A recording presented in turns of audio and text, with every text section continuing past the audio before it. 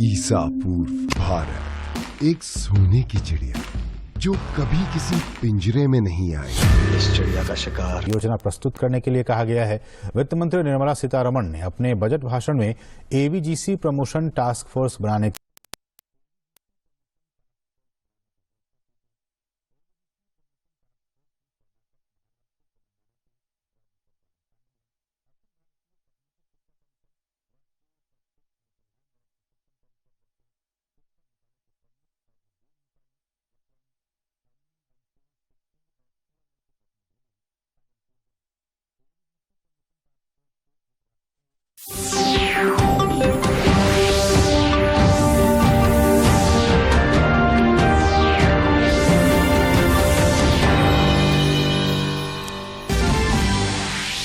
रामनवमी समेत सभी प्रकार के धार्मिक जुलूस को लेकर आपदा प्रबंधन विभाग ने आज जारी की नई गाइडलाइन। समय सीमा शाम 6 बजे की जगह अब रात 10 बजे तक।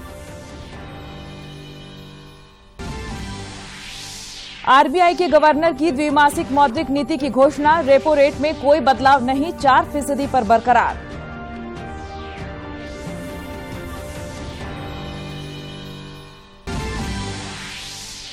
मुख्यमंत्री हेमंत सोरेन ने की नागर विमानन विभाग की उच्च स्तरीय समीक्षा। विभाग को रेवेन्यू मॉडल के रूप में विकसित करने का निर्देश।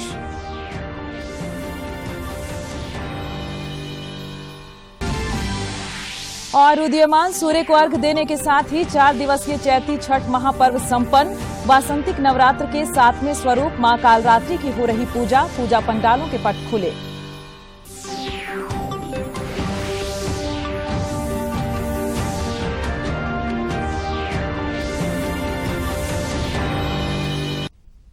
नमस्कार, खबरें झारखंड में आपका स्वागत है। मैं हूं प्रियंका और समाचारों में आगे बढ़ने से पहले ये जरूरी संदेश। दर्शकों से अपील है कि वे कोविड से सुरक्षित रहने के लिए कृपया इन 4 सरल उपायों का पालन अवश्य करें।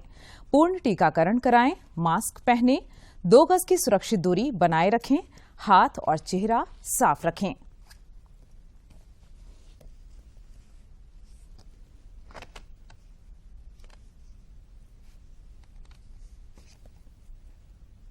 और अब समाचार विस्तार से।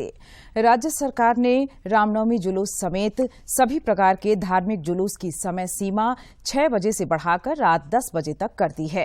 राज्य आपदा प्रबंधन विभाग ने इस संबंध में आज नई गाइडलाइन जारी किया है। मुख्य सचिव के हस्ताक्षर से नई गाइडलाइन जारी की गई है, जिसमें धार्मिक जुलूस की समय सीमा शाम 6 बजे से बढ़ाकर रात 10 बजे तक कर दी गई है। इससे पूर्व 30 मार्च को आपदा प्रबंधन विभाग द्वारा धार्मिक जुलूस निकालने से संबंधित गाइडलाइन जारी की गई थी, जिसमें समय सीमा शाम 6 बजे तक निर्धारित की गई थी।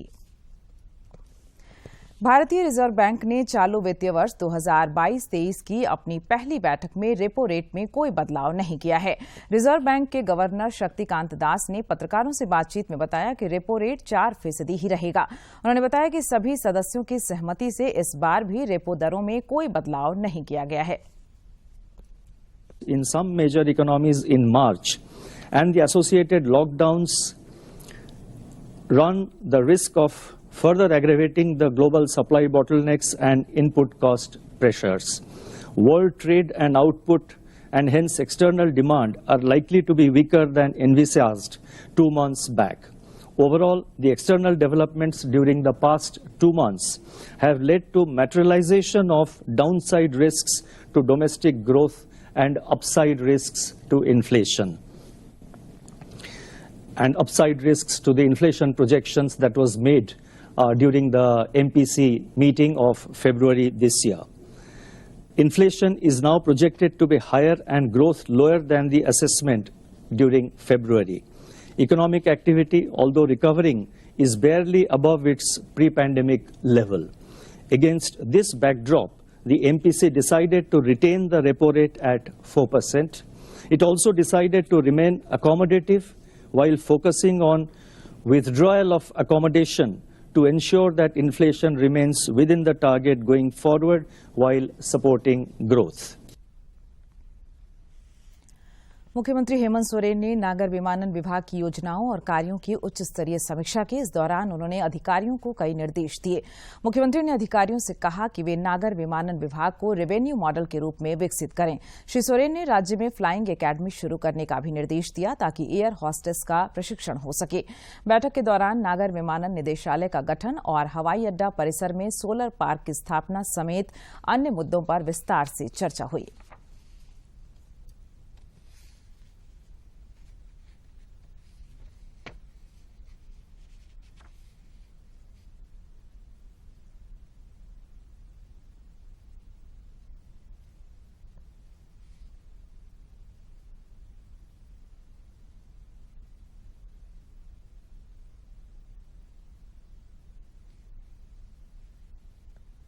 देश भर में कोरोना के दैनिक और सक्रिय मामलों में लगातार कमी हो रही है। पिछले 24 घंटे के दौरान देश में कोविड के 1109 नए संक्रमितों की पहचान की गई, जबकि इस दौरान 1203 संक्रमित स्वस्थ भी हुए।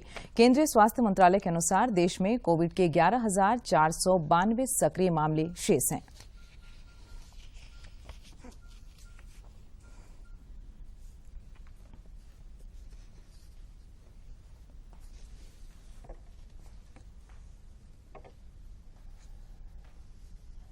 इधर झारखंड में भी संक्रमण की रफ्तार लगातार कम हो रही है। पिछले 24 घंटे के दौरान अनेक कोरोना वीरों ने खतरनाक कोरोना वायरस को शिकस्त देकर जिंदगी की जंग जीती।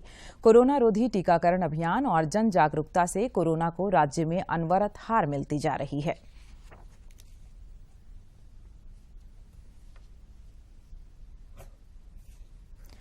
देश में कोरोना के खिलाफ जारी जंग में टीकाकरण अभियान तेज गति से जारी है। केंद्रीय स्वास्थ्य मंत्रालय के अनुसार देश में अब तक 1,85,38,88,000 से अधिक कोविड रोधी टीके लगाए जा चुके हैं।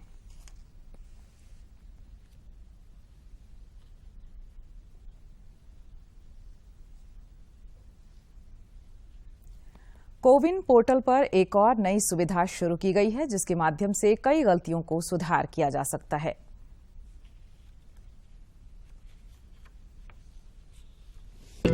ये विकल्प कोविन पोर्टल पर टीकाकरण तिथि संशोधन के रूप में उपलब्ध करवाया गया है।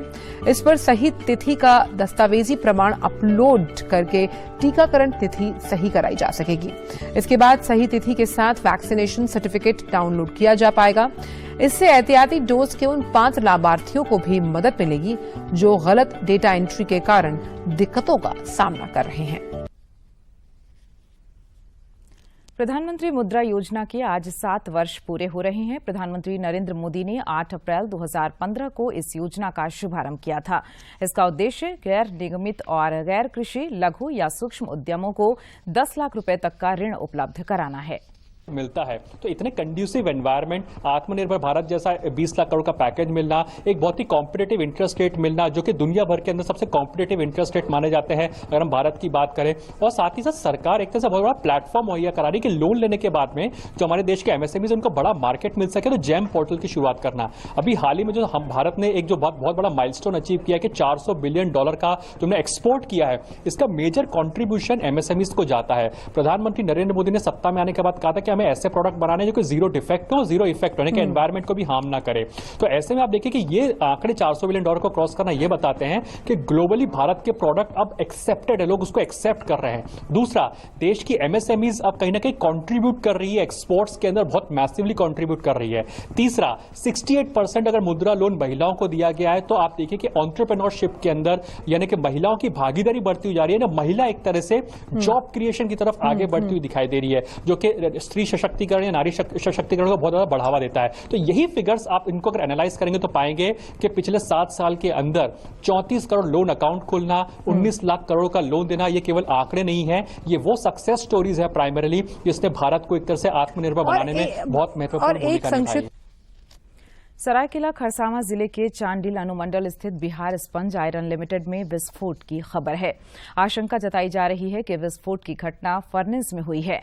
फिलहाल बिहार स्पंज का संचालन वनराज स्टील नामक कंपनी कर रही है। इस धमाके में 7 मजदूरों के घायल होने की खबर है। सभी घायलों को टाटा मेन अस्पताल में भर्ती कराया गया है। घायलों में एक की हालत गंभीर बताई जा रही है।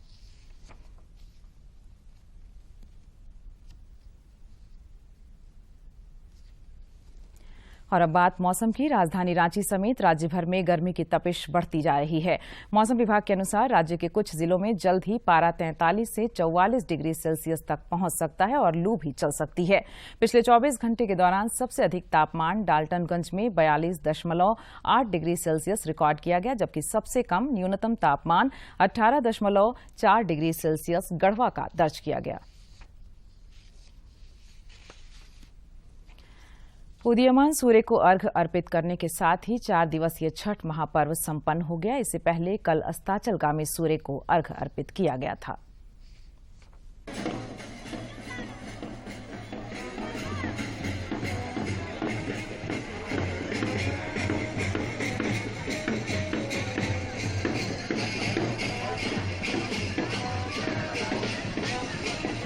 शहीद मैदान छठ घाट तालाब से लाइव। चैत्र नवरात्र का आज 7वां दिन है। नवरात्र के 7वें दिन आज देवी दुर्गा के मां कालरात्रि स्वरूप की पूजा अर्चना की जा रही है। इधर राजधानी रांची समेत राज्य भर में वासंतिक नवरात्र को लेकर आज पूजा पंडाल के पट खोल दिए गए हैं।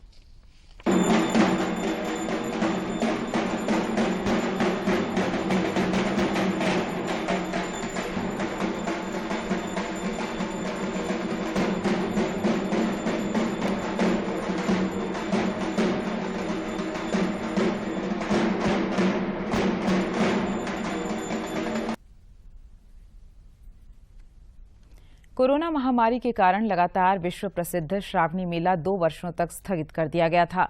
वहीं इस वर्ष श्रावणी मेले के आयोजन के आसार दिख रहे हैं। इसे लेकर लगातार देवघर के उपायुक्त मंजूनाथ भजंत्री मंदिर और मंदिर के आसपास की सुविधाओं का जायजा ले रहे हैं। उपायुक्त ने श्रावणी मेला को लेकर मंदिर प्रशासनिक भवन में बैठक की। इस दौरान उन्होंने बाबा मंदिर परिसर को थर्मोकोल के बाद प्लास्टिक मुक्त परिसर बनाने का निर्देश दिया।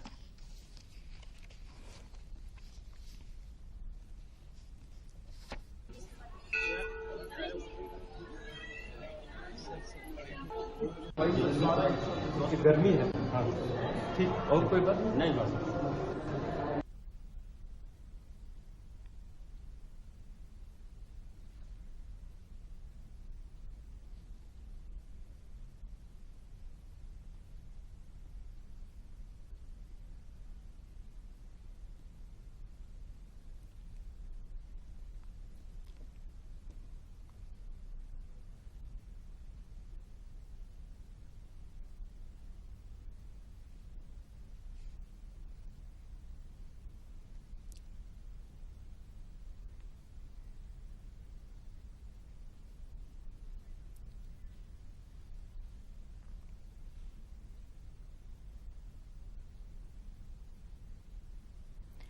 प्रधानमंत्री नरेंद्र मोदी इस महीने की 24 तारीख को आकाशवाणी पर मन की बात कार्यक्रम के माध्यम से देश विदेश के लोगों के साथ अपने विचार साझा करेंगे। जनजातीय मामलों के केंद्रीय मंत्री अर्जुन मुंडा ने इस संबंध में जानकारी साझा करते हुए कहा कि इच्छुक लोग प्रेरक कहानियों को इस कार्यक्रम में साझा कर सकते हैं।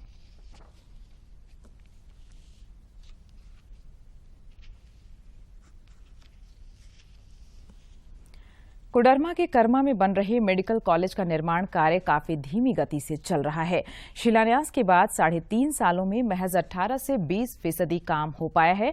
निर्माण कार्य की धीमी प्रगति देख केंद्रीय शिक्षा राज्य मंत्री अन्नपूर्णा देवी ने नाराजगी जताते हुए कार्य में तेजी लाने का निर्देश दिया है।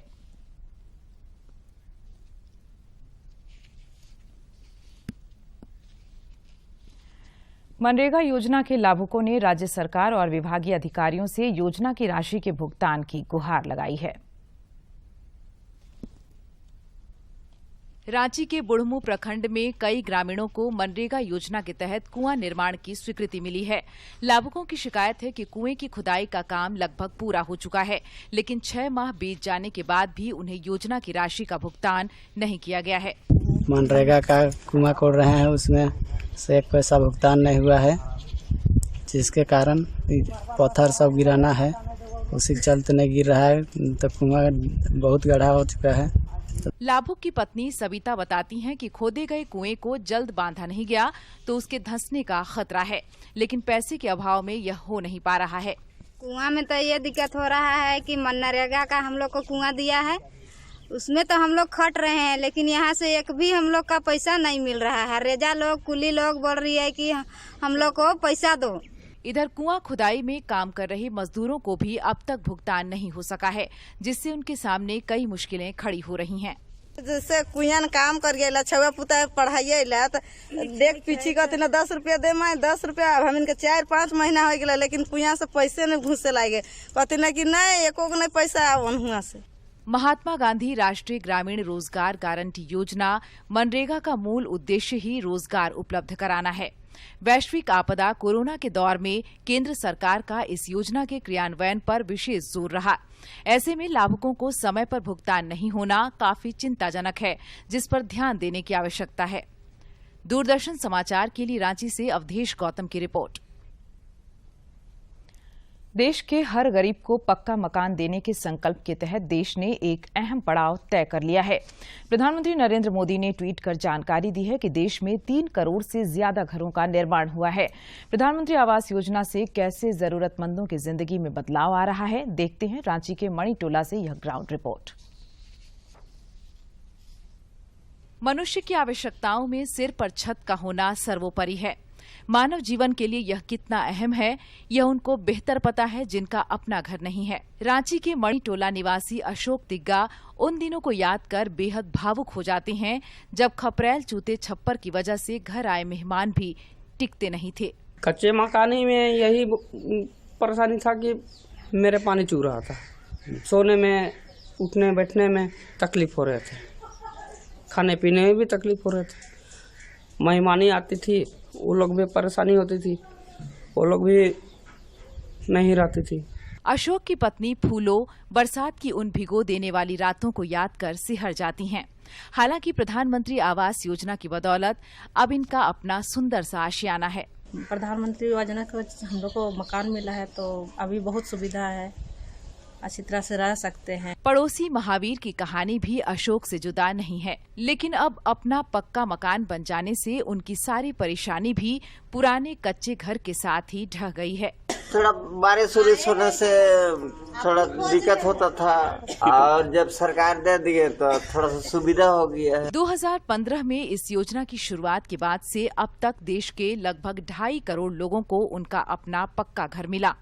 यह देश के गरीबों के सशक्त होने की पहचान तो है ही, केंद्र सरकार की सेवा भावना का उत्कृष्ट प्रदर्शन भी है। दूरदर्शन समाचार के लिए रांची से अवधेश गौतम की रिपोर्ट। रांची में एक ऐसे शख्स हैं जो 1000 या 2000 नहीं बल्कि 13,000 मुर्गी की क्षमता वाले पोल्ट्री फार्म का संचालन कर रहे हैं। इनके फार्म हाउस से हर दिन 10,000 से अधिक अंडों की बिक्री की जाती है। रांची जिले के बुढ़मू प्रखंड अंतर्गत नाउज ग्राम निवासी दिनेश चौबे ने पोल्ट्री व्यवसाय में आत्मनिर्भरता की एक मिसाल कायम की है। पिछले 2 सालों से यह मुर्गी और अंडे का बड़े पैमाने पर व्यवसाय कर रहे हैं। इनके फार्म हाउस में लगभग 13,000 मुर्गियां हैं और हर दिन 10,000 अंडों की बिक्री होती है। इनके फार्म हाउस के अंडे की रांची जिले के मांडर, खलारी, राय और बिजूपाड़ा समेत कई जगह पर बिक्री होती है। ये हम लोग 2021 में जो है फरवरी महीना से फार्म बनाना चालू करवाए और ये 13,000 मुर्गी का क्षमता वाली फार्म बनी हुई है। यहाँ 10 से 11,000 अंडा पर डे उपलब्ध होती है और जो लोकल मार्केट में पर डे बिक जाती भी है अच्छी रेट से। बुढ़मू, ठाकुरगांव, मांडर, राय में हमारा अंडा जो है सो पर डे बिक जाती है। दिनेश चौबे बताते हैं कि कमाई के नजरिए से मुर्गी और अंडे से जुड़ा व्यवसाय काफी फायदेमंद होता है। इनका मानना है कि युवा वर्ग यदि छोटे स्तर पर भी इस काम को करे तो उन्हें नौकरी की जरूरत नहीं पड़ेगी। मैं उन लोगों से कहना चाहता हूं कि जो बाहर जाते हैं काम करने, वे इतना बड़ा ना करके छोटा ही पैमाने पे फार्म चलाएं और अच्छी बचत कर सकते हैं। दिनेश चौबे के मुर्गी और अंडे के व्यवसाय में रोजगार की भी काफी संभावनाएं हैं। गांव में इन्होंने जब इस काम की शुरुआत की तो आसपास के कई युवकों को आसानी से नौकरी मिल गई। घर के पास ही नौकरी मिल जाने से स्थानीय युवकों को भी लाभ मिल रहा है। 5-6 जन काम करते हैं यहाँ पर, अच्छा लगता है, घर भी सामने है। दिनेश चौबे ने कड़ी मेहनत और लगन के साथ फार्म हाउस में तकनीक का भी भरपूर इस्तेमाल किया है। मुर्गियों को पानी पिलाने से लेकर फार्म हाउस के काम में तकनीक के इस्तेमाल करने से समय की बचत तो होती ही है, लागत में कमी आने से मुनाफा भी अधिक होता है। दूरदर्शन समाचार के लिए रांची से कर्मवीर की रिपोर्ट। और अब कुछ खबर राज्य के विभिन्न जिलों से।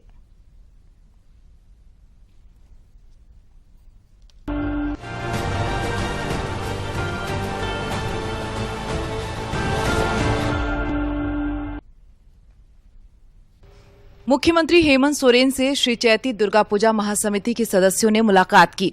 उन्होंने मुख्यमंत्री को civil court road Chaiti Durga Puja pandal के उद्घाटन कार्यक्रम में शामिल होने के लिए आमंत्रित किया।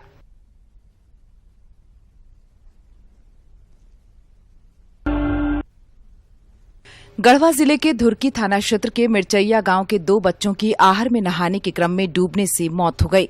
जानकारी के अनुसार मिर्चैया गांव के बनवा आहर में दोनों बच्चे नहाने गए थे। नहाने के क्रम में दोनों बच्चे डूब गए। दुमका जिले के मुफस्सिल थाना क्षेत्र के लखी कुंडी गांव के मोहली टोला में तालाब में डूबने से 2 बच्चों की मौत हो गई। बताया जाता है कि कुछ बच्चे तालाब में नहाने गए थे। नहाने के दौरान 3 बच्चे गहरे पानी में चले गए। बच्चों को डूबता देख स्थानीय लोगों ने बच्चों को बाहर निकाला। इसमें से एक बच्चा सुरक्षित बच गया, लेकिन 2 बच्चे की डूबने से मौत हो गई। गिरिडीह जिले के बिरनी थाना क्षेत्र अंतर्गत बरमसिया मुख्य मार्ग पर मालवाहक ट्रक से लगभग 20 लाख रुपए की अवैध शराब बरामद की गई है। एसडीपीओ नौशाद आलम ने बताया कि अवैध शराब हजारीबाग से बिरनी प्रखंड होते हुए बिहार के जमुई जिला भेजी जा रही थी। धनबाद जिले के बाल संप्रेक्षण गृह में जिला प्रशासन एवं पुलिस ने औचक निरीक्षण किया। जांच के दौरान बाल संप्रेक्षण गृह से टीम को कई आपत्तिजनक सामग्री मिली।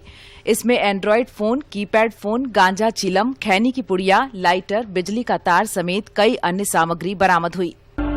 धनबाद जिले के विभिन्न कोल वाशरी के पास स्थित जल स्रोतों के पानी की गुणवत्ता जांच की जाएगी। साथ ही जल स्रोतों के पास स्थित उद्योग, कारखाने, कोल वाशरी इत्यादि की सूची भी तैयार की जाएगी। यह निर्णय जिला दंडाधिकारी सह उपायुक्त संदीप सिंह की अध्यक्षता में जिला गंगा समिति की बैठक में लिया गया। रांची पुलिस ने वाहन चोर गिरोह का खुलासा करते हुए 3 अपराधियों को गिरफ्तार किया है। गिरफ्तार अपराधियों में सागर कुमार, साकेत कुमार और विकास कुमार शामिल हैं। इनके पास से चोरी के 8 बाइक बरामद किए गए हैं। खूंटी जिले में उपायुक्त शशि रंजन ने खूंटी नगर भवन में आयोजित जिला स्तरीय शांति समिति की बैठक में कहा कि किसी भी अप्रिय घटना को भूलकर सकारात्मक सोच के साथ आगे बढ़ें। खूंटी में आपसी भाईचारा के वातावरण में मनाए जाने वाले त्योहारों की परंपरा पर कोई आंच न आने दें। राज्य सरकार ने 6 आईपीएस अधिकारियों का तबादला किया है। जैप 1 के कमांडेंट अनीश गुप्ता को रांची का डीआईजी बनाया गया है। वहीं अजय लिंडा को कोल्हान का डीआईजी बनाया गया है, जबकि दीपक कुमार सिन्हा को डीआईजी गया बनाया गया है।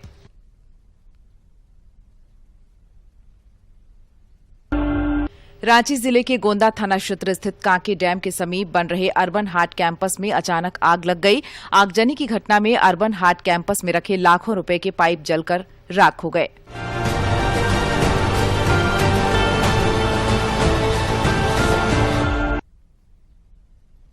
और आइए अब देखते हैं स्वतंत्रता संग्राम में कितना खास है आज का दिन।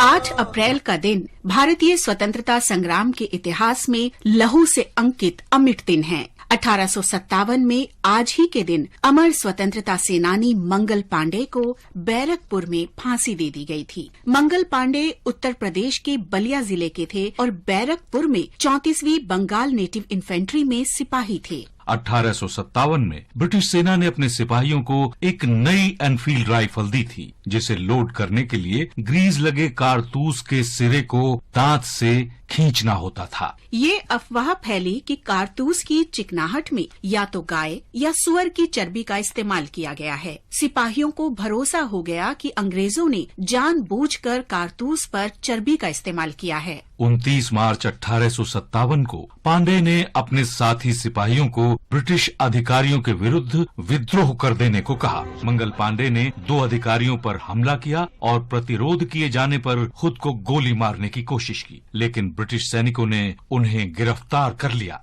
तुरंत ही उनके मामले की सुनवाई हुई और मंगल पांडे को मृत्यु दंड सुनाया गया। कोर्ट मार्शल के बाद 8 अप्रैल 1857 को उन्हें बैरकपुर में फांसी दे दी गई। इस घटना के एक महीने बाद 10 मई 1857 को मेरठ में सिपाहियों ने विद्रोह कर दिया और इसने 1857 की आजादी की पहली लड़ाई को जन्म दिया। स्वदेश के इस महान सपूत को आकाशवाणी समाचार का शत शत नमन। आज हम साहसी और निर्भीक मिजो स्वतंत्रता सेनानी रोपुई लियानी को भी श्रद्धांजलि अर्पित कर रहे हैं। महान मिजो चीफ लाल सावुंगा की पुत्री रोपुई लियानी का जन्म 1828 में हुआ था। उनका विवाह दक्षिण लुशई पहाड़ियों के मुखिया वांडुला से हुआ था। सन 1890 की शुरुआत में ब्रिटिश सेना ने कुछ मिजो इलाकों पर कब्जा करना शुरू कर दिया था। हालांकि मिजो प्रमुखों ने ब्रिटिश सेना का आधिपत्य स्वीकार नहीं किया। रोपुई लियानी ने अपने पति की मृत्यु के बाद प्रमुख के अधिकार अपने हाथों में ले लिए और अपने गांव रालवांग से शासन शुरू कर दिया। उन्होंने ब्रिटिश अधिकारियों को चुनौती दी और लोगों को अंग्रेजों का आदेश ठुकराने के लिए प्रोत्साहित किया। उन्होंने लोगों से कहा, आप सबने अंग्रेजों के सामने घुटने टेक दिए हैं, लेकिन मैं लाल सावुंगा की पुत्री यहाँ डटी हूँ। हम कभी भी विदेशी शासकों के समक्ष समर्पण नहीं करेंगे। रोपुई लियानी अंग्रेजों के विरुद्ध मिजो विद्रोह का शक्तिपुंज और मिजो लोगों को एकजुट करने का प्रतीक बन गई। उनके प्रतिरोध से क्रोधित अंग्रेजों ने उन्हें पकड़ने के लिए कई अभियान चलाए। एक मुकाबले में लेफ्टिनेंट स्टुअर्ट 2 अन्य ब्रिटिश सिपाहियों के साथ मारा गया। रोपु इलियानी और उनके पुत्र लाल थुआमा पर अन्य प्रमुखों को भड़काने और उकसाने का आरोप लगाया गया। बाद में ब्रिटिश सैनिक रोपु इलियानी को गिरफ्तार करने में सफल हो गए। गिरफ्तारी के बाद भी अंग्रेजों को भय था कि एक बंदी के रूप में रोपु इलियानी को देखकर स्थानीय लोगों में तनाव और आक्रोश बढ़ेगा। 8 अप्रैल 1894 को चटगांव जेल में उन्हें बंदी बनाकर ले जाया गया और लगभग 2 साल तक बंदी रखा गया। 1895 में कारागार में ही रोपुई लियानी की मृत्यु हो गई। अपने पीछे स्वतंत्रता संग्राम की प्रेरक विरासत छोड़कर उन्होंने विदा ले ली। स्वदेश की माटी की इस महान पुत्री को हमारा भावभीना नमन। आज हम महान क्रांति दूत साहित्यकार बंकिम चंद्र चट्टोपाध्याय को भी याद कर रहे हैं। वे बंकिम चंद्र चटर्जी के नाम से भी जाने जाते थे। 8 अप्रैल 1894 को उनका निधन हुआ था। भारत के राष्ट्रगीत वंदे मातरम के रचयिता के रूप में वो सदा सर्वदा याद रखे जाएंगे। बंकिम चंद्र का जन्म 27 जून 1838 को बंगाल के 24 परगना जिले में हुआ था। स्नातक उपाधि प्राप्त कर लेने के बाद वो बंगाल में डेप्यूटी कलेक्टर बनाए गए। बंकिम चंद्र ने पद्य लेखन के साथ अपना साहित्यिक सफर शुरू किया था। बांग्ला भाषा में उनका पहला उपन्यास दुर्गेश नंदिनी 1865 में प्रकाशित हुआ। उनका सर्वाधिक लोकप्रिय उपन्यास है आनंद मठ, जो प्रसिद्ध सन्यासी विद्रोह पर आधारित है। आनंद मठ उपन्यास में ही वंदे मातरम गीत संकलित है, जिसे बाद में हमारे राष्ट्र गीत का दर्जा मिला। बंकिम चंद्र अपनी साहित्यिक कृतियों और अभियानों से बांग्ला भाषी लोगों की बौद्धिकता को उद्वेलित कर बंगाल में सांस्कृतिक पुनर्जागरण लाना चाहते थे। उनके उपन्यास देश की लगभग सभी प्रमुख भाषाओं में अनुदित हुए। 8 अप्रैल 1894 को बंकिम चंद्र का निधन हो गया। इस महान राष्ट्रवादी साहित्यकार को हमारा शत शत नमन। और अब अंत में मुख्य समाचार एक बार फिर। रामनवमी समेत सभी प्रकार के धार्मिक जुलूस को लेकर आपदा प्रबंधन विभाग ने आज जारी की नई गाइडलाइन। समय सीमा शाम 6 बजे की जगह अब रात 10 बजे तक। आरबीआई के गवर्नर की द्विमासिक मौद्रिक नीति की घोषणा। रेपो रेट में कोई बदलाव नहीं, 4% पर बरकरार।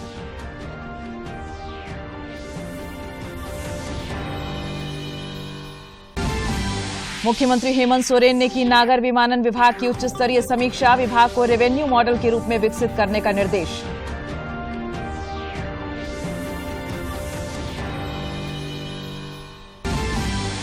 और उदीयमान सूर्य को अर्घ्य देने के साथ ही 4 दिवसीय चैती छठ महापर्व संपन्न। वासंतिक नवरात्र के 7वें स्वरूप मां कालरात्रि की हो रही पूजा। पूजा पंडालों के पट खुले।